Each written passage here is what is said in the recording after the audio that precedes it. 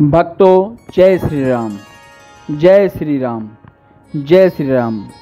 भक्तों आज हम गुरुवार व्रत कथा के बारे में जानकारी देंगे। गुरुवार व्रत कथा का पाठ करने से नवग्रहों के गुरु बृहस्पति देव की कृपा से सभी मनोकामनाएं पूर्णता को प्राप्त होती हैं। घर में धन्य धान की हर तरह की वृद्धि होती है।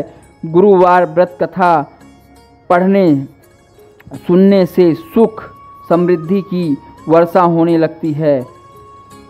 गुरुवार व्रत कथा मान्यता है कि गुरु व्रत कथा सभी सुखों को देने में समर्थ है। आवश्यकता है तो हृदय में श्रद्धा की ज्योति जलाकर गुरुवार व्रत कथा रखने और इस कथा को पढ़ने की। इस व्रत से जुड़े नियम हम आपको बताएंगे, जो इस व्रत को करने में अगर हम सही से नियम का पालन करते हैं तो ही पूर्ण होता है। किसी गांव में एक साहूकारा रहता था, जिसके घर में अन्न, वस्त्र, धन किसी की कोई कमी ना थी। परंतु उसकी स्त्री बहुत ही कृपण थी, किसी भिक्षु को कभी कुछ नहीं देती, सारे दिन घर के काम काज में लगी रहती। एक समय एक साधु महात्मा गुरुवार के दिन उसके द्वार पर आए और भिक्षा की याचना की। स्त्री उस समय घर के आंगन में लीप रही थी। इस कारण साधु महाराज से कहने लगी कि महाराज, इस समय मैं घर लीप रही हूँ, आपको कुछ नहीं दे सकती, फिर किसी अवकाश के समय आना। साधु महात्मा खाली हाथ चले गए। कुछ दिन के पश्चात वही साधु महाराज आए, उसी तरह भिक्षा मांगी। साहूकारनी उस समय लड़के को खिला रही थी। कहने लगी, महाराज मैं क्या करूं, दान के लिए आवश्यक नहीं है, इसीलिए आपको भिक्षा नहीं दे सकती। तीसरी बार महात्मा आए तो उन्हें उसी तरह टालना चाहा, परंतु महात्मा जी कहने लगे कि यदि तुमको बिल्कुल ही अवकाश हो जाए तो मुझको भिक्षा दोगी। साहूकारनी कहने लगी, हाँ महाराज, यदि ऐसा हो जाए तो आपकी बड़ी कृपा होगी। साधु महात्मा जी कहने लगे कि अच्छा, मैं एक उपाय बताता हूँ।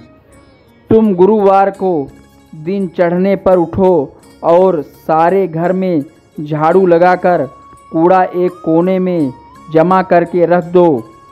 घर में चौका इत्यादि मत लगाओ। फिर स्नान आदि करके घर वालों से कह दो उस दिन सब हजामत अवश्य बनवाएं। रसोई बनाकर चूल्हे के पीछे रखा करो, सामने कभी ना रखो। सायंकाल को अंधेरा होने के बाद दीपक जलाया करो तथा बृहस्पतिवार को पीले वस्त्र मत धारण करो, ना पीले रंग की चीज का भोजन करो। यदि ऐसा करोगी तो तुमको घर का कोई काम नहीं करना पड़ेगा। साहूकारनी ने ऐसा ही किया।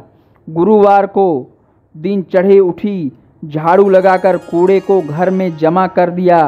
पुरुषों ने हजामत बनवाई, भोजन बनवाकर चूल्हे के पीछे रखा। वह सब बृहस्पतिवार को ऐसा ही करती रही। कुछ काल बाद उसके घर में खाने को दाना ना रहा। थोड़े दिनों में महात्मा फिर आए, भिक्षा मांगी, परंतु सेठानी ने कहा, महाराज मेरे घर में खाने को अन्न नहीं है, आपको क्या दे सकती हूँ। तब महात्मा ने कहा, जब तुम्हारे घर में सब कुछ था तब तुम कुछ नहीं देती थी, अब पूरा अवकाश है तब भी कुछ नहीं दे रही हो, तुम क्या चाहती हो वह कहो। तब सेठानी ने हाथ जोड़कर प्रार्थना की, महाराज अब कोई ऐसा उपाय बताओ कि मेरा पहले जैसा धन धान्य हो जाए। अब मैं प्रतिज्ञा करती हूँ कि अश्वमेघ जैसा आप कहें वैसा ही करूँगी। तब महात्मा जी ने कहा, गुरुवार को प्रातःकाल उठकर स्नान आदि के निवृत्त होकर घर को गौ के गोबर से लीपो तथा घर के पुरुष हजामत ना बनवाएं।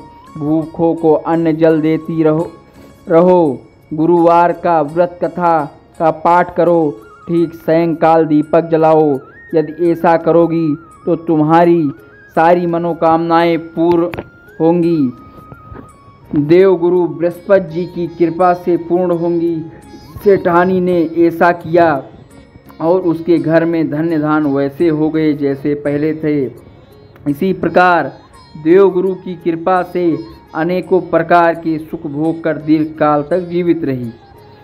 भक्तों, बृहस्पतिवार और गुरुवार की व्रत कथा विधि पूर्वक करने से धन धान्य की कभी कमी नहीं होती है।